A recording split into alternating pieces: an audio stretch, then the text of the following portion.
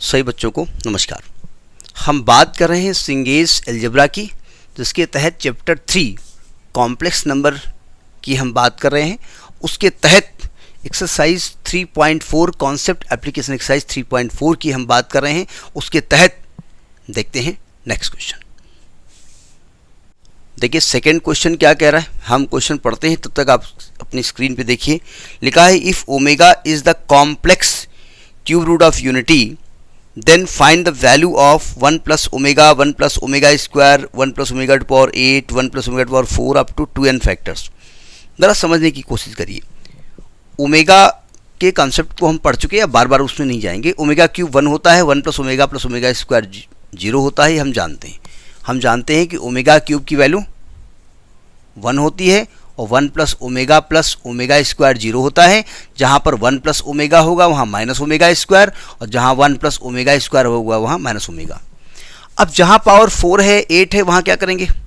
देखो पावर 4 है, इसका मतलब ये 3 से डिवाइड हो जाएगा, है 3 बन जा 3 और 1 रिमाइंडर बचेगा। पावर 8 है, वो 3 से डिवाइड हो जाएगा, तो 3 दूनी 6, 2 रिमाइंडर बचेगा। इसके बाद 16 आएगा, 3 से डिवाइड हो जाएगा, 30 + 15, 1 रिमाइंडर बचेगा। यानी आप जितने मल्टीपल करेंगे, एक में 1 रिमाइंडर होगा, एक में 2 रिमाइंडर होगा, एक में 1 रिमाइंडर होगा, एक में 2 रिमाइंडर होगा। और ओमेगा क्यूब की वैल्यू 1 होती है। थोड़ा दिमाग लगाने की कोशिश करो। यानी कि मैं कह सकता हूँ कि जैसे ये 1 प्लस ओमेगा है, ये 1 प्लस ओमेगा स्क्वायर है। जब मैं इस 4 को डिवाइड करूँगा ओमेगा से, तो मैं 4 को लिख सकता हूँ 3 + 1। यानी इसको हम चाहें, इस ओमेगा पावर 4 को, तो ओमेगा क्यूब इंटू ओमेगा कर सकते हैं। और ओमेगा क्यूब की वैल्यू 1 होती है, तो ये फिर 1 प्लस ओमेगा आएगा, और इसके बाद फिर 1 प्लस ओमेगा स्क्वायर आएगा। 8 का दुगना 16, फिर वहाँ 1 बचेगा। 16 का दुगना 32, फिर वहाँ 2 बचेगा। इसी प्रकार से फिर 1 प्लस ओमेगा आएगा, फिर 1 प्लस ओमेगा स्क्वायर आएगा। सही कही मैंने। इस प्रकार से आपके कितने फैक्टर्स होंगे? 2n फैक्टर्स होंगे, है ना, इवन फैक्टर्स होंगे, 2n फैक्टर्स होंगे। यहाँ तक बात समझ में आ गई होगी। यानी कि 1 plus omega, 1 plus omega, 1 plus omega n factors तो ये आएंगे, और 1 plus omega square, 1 plus omega square, 1 plus omega square n factors ये आएंगे।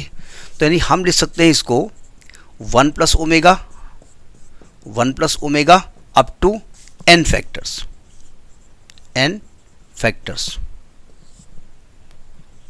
और 1 plus omega square into 1 plus omega square up to n factors. 1, इसका मतलब इसको मैं लिख सकता हूँ 1 plus omega to power n। सही कह रहा हूँ? देखो इसके तरीके अलग अलग होते हैं। कुछ टीचर यहीं पर लिख देंगे ब्रैकेट में, कोई दिक्कत नहीं, कोई भी तरीके से आप लगाइए, मेथड वही होना चाहिए। और 1 प्लस ओमेगा स्क्वायर यहाँ पर है, उसकी पावर भी n होगी। 1 प्लस ओमेगा की वैल्यू क्या होती है? माइनस ओमेगा स्क्वायर, तो यह आएगा माइनस ओमेगा स्क्वायर की पावर n, और यह आएगा minus omega to power n।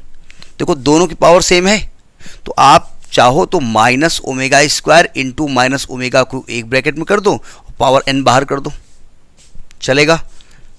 ये क्या आएगा? ओमेगा क्यूब की पावर n, और ओमेगा क्यूब 1 होता है, तो 1 की पावर n बोले तो 1 इज योर आंसर। तो इसका आंसर 1 आ जाएगा। कैसी कही? ठीक ही मैं कह रहा हूँ। इसको दूसरी तरीके से हम सोच सकते थे। कैसे? ज़रा सुनिए ध्यान से। हम यहीं से सोच सकते थे कि भाई ये आपका माइनस ओमेगा स्क्वायर है, ये आपका माइनस ओमेगा है, up to so on to 2n factors. ठीक है, छोड़ो। तब एक तरीका आपको आता है तो क्या दिक्कत है, तरीका तो वही होगा ना। समझ में आ गई बात? तो this is the second question of exercise concept application exercise 3.4। Next the next video. नमस्कार।